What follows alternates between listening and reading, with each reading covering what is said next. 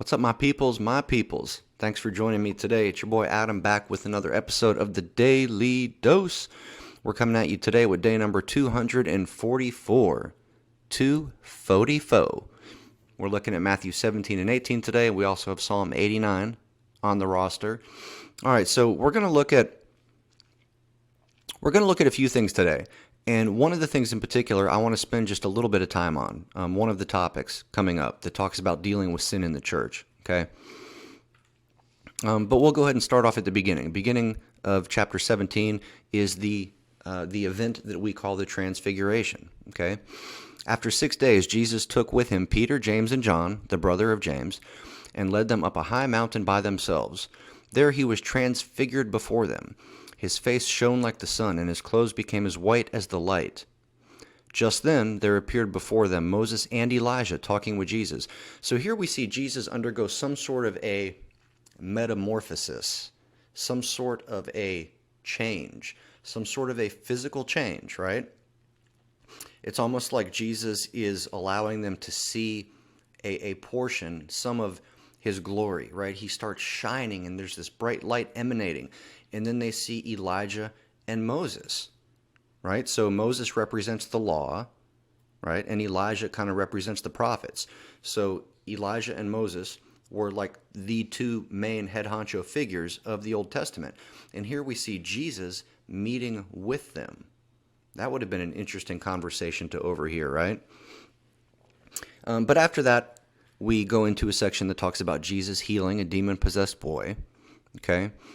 And here, this is kind of interesting, right? I'll go ahead and back up a few verses. When they came to the crowd, a man approached Jesus and knelt before him. "Lord, have mercy on my son," he said. "He has seizures and is suffering greatly. He often falls into the fire or into the water. I brought him to your disciples, but they could not heal him." And then Jesus says, "You unbelieving and perverse generation," Jesus replied, "how long shall I stay with you? How long shall I put up with you? Bring the boy here to me." Jesus rebuked the demon, and it came out of the boy, and he was healed at that moment.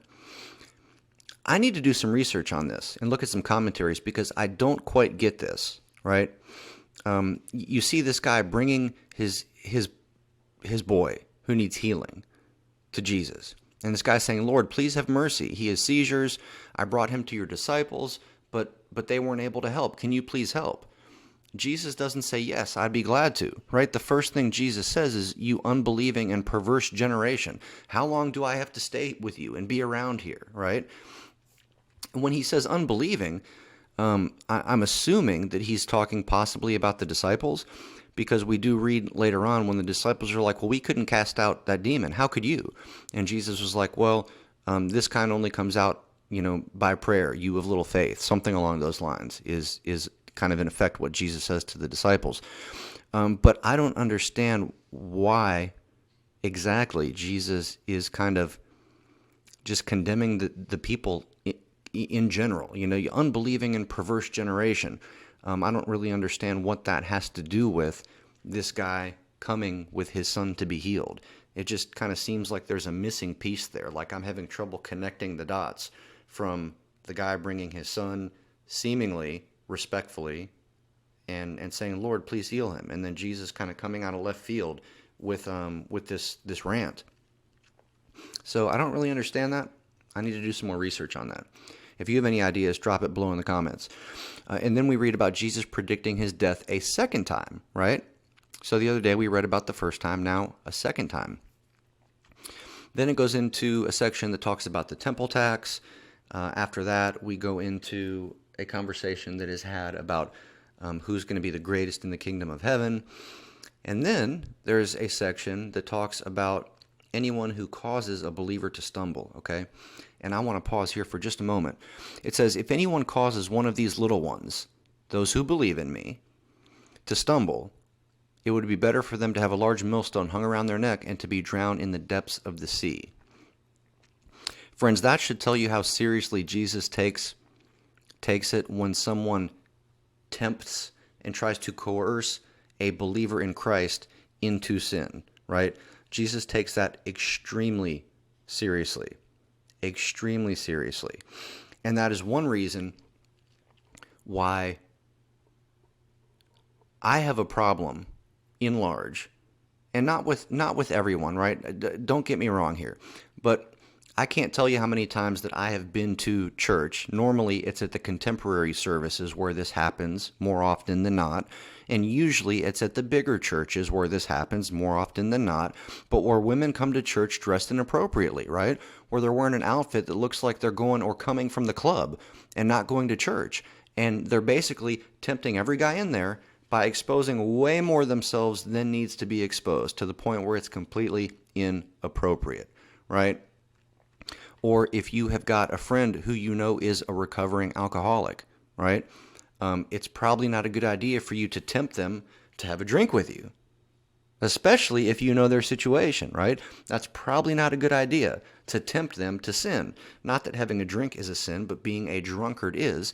And if there's someone who you know is predisposed for whatever reason, if you believe it's genetic or otherwise, if there's somebody who is predisposed to alcohol and you are purposefully going up and tempting them to try to engage in what will become for them sinful behavior, right? That is a huge problem.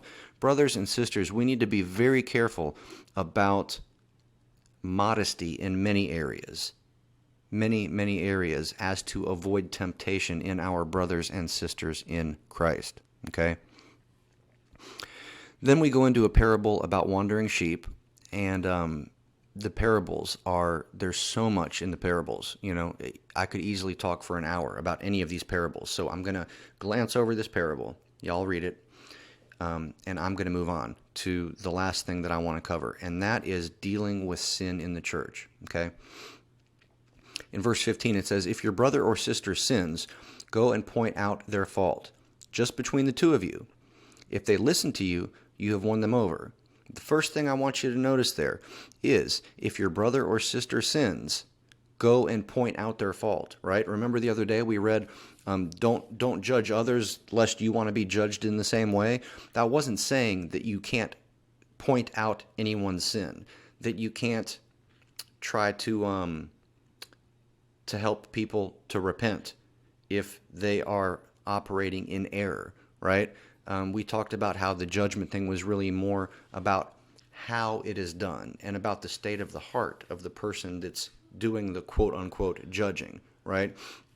Here's an example that talks about what would seem to be the opposite, which is why I think that the previous passage that we read the other day about judgment was really more of a heart issue and really more about confronting out of love as opposed to judging with condemnation, right? So it says, if your brother or sister sins, don't ignore it. Go point it out, right? But just between the two of you, right? Don't go blow it up. Don't go make and spread gossip throughout your neighborhood or on Facebook. Go to the person and talk about it, right? If they listen to you, you have won them over. If they will not listen, take one or two others along, so that the matter may be established by the testimony of 2 or 3 witnesses, right? So here, step 1, go talk to the person. If the person says, you know what, I was in the wrong and I'm sorry, I repent, hey, all good. If that's not what happens, if the person says, you know what, I don't care what you say, I'm going to do my thing, right or wrong, whatever, it is what it is, then you're supposed to go and get another person or two. Go back and confront this person with multiple people so that there can be witnesses to what's actually happening here. And notice that this pertains to brothers or sisters. The implication is other believers, not just random people, right? This is about other people who are brothers and sisters in Christ, members of the general church, the church at large, right? So then it says, if they still refuse to listen, tell it to the church. So look, go talk to the pastor, go talk to the elders, get the entire church body involved, the local church, and let them help figure out what to do, okay? If they refuse to listen when the church leadership confronts them, treat them as you would a pagan or a tax collector. That last sentence is what I want to talk about, okay? I have heard people say, treat them as you would a pagan or a tax collector. Well, how do we treat pagans and tax collectors? Well, how did Jesus treat them? He partied with them. He went out and ate with them and hung out with them and loved them. That is not what this is saying, friends. That is not what this is saying. As we have discussed before, there is a huge difference between the way that a Christian is supposed to address and confront and treat a non-believer compared to the way a Christian is supposed to confront and address and relate with a believer. Okay? It's different. It is different. Once someone professes faith in Christ and repentance, that person is now to be held accountable on some level to the church, right? So what I'm getting at here is, well, there's a few commentaries I read, and here I'm going to read you just a couple of these so you can see what I'm talking about, right? This is from something called the Pulpit Commentary. In regards to that last thing, treat this person as you would a pagan or a tax collector. Let him be regarded no longer as a brother, but as a heathen and an outcast. Christ, without endorsing the Jews' treatment of Gentiles and publicans, acknowledges the fact and uses it as an illustration. The obdurate offender must be deprived of church membership and treated as those without the Jewish pale were commonly treated. Okay? The traditional law enjoined that a Hebrew might not associate, eat, or travel with a heathen, and that if any Jew took office of publicans, he was to be virtually excommunicated. Okay? And something else, it says, finally, if the sinfulness of the accused has been established, and he or she continues to refuse to repent and makes things right, then the church is to begin to treat this person as an outsider, in essence, as if they were a non-Christian. Jesus' description of this consequence, using the examples of tax collectors and Gentiles, shows he's talking to his group of Jewish disciples within the context of their Jewish culture. The Jewish religious community also had a process for removing someone from their community who was in rebellion against God. So here, Jesus is showing or relating to them because before Christ even came, when people within a Jewish community would rebel against God, there were procedures that would be used to try to get someone to repent or gently push them out of the community, right? And the way that Jewish people, again, pre-Christ, treated tax collectors and treated sinners, right, pagans and tax collectors, is they would disassociate from them. So I believe that's what he's saying here. It doesn't really make sense to me for him to mean anything else by what he's saying, right? Because it would kind of be irrelevant to even say, right? So anyways, that's all I got for y'all for today. Thanks for your time. Thanks for being here. Appreciate you. And until we meet again, deuces.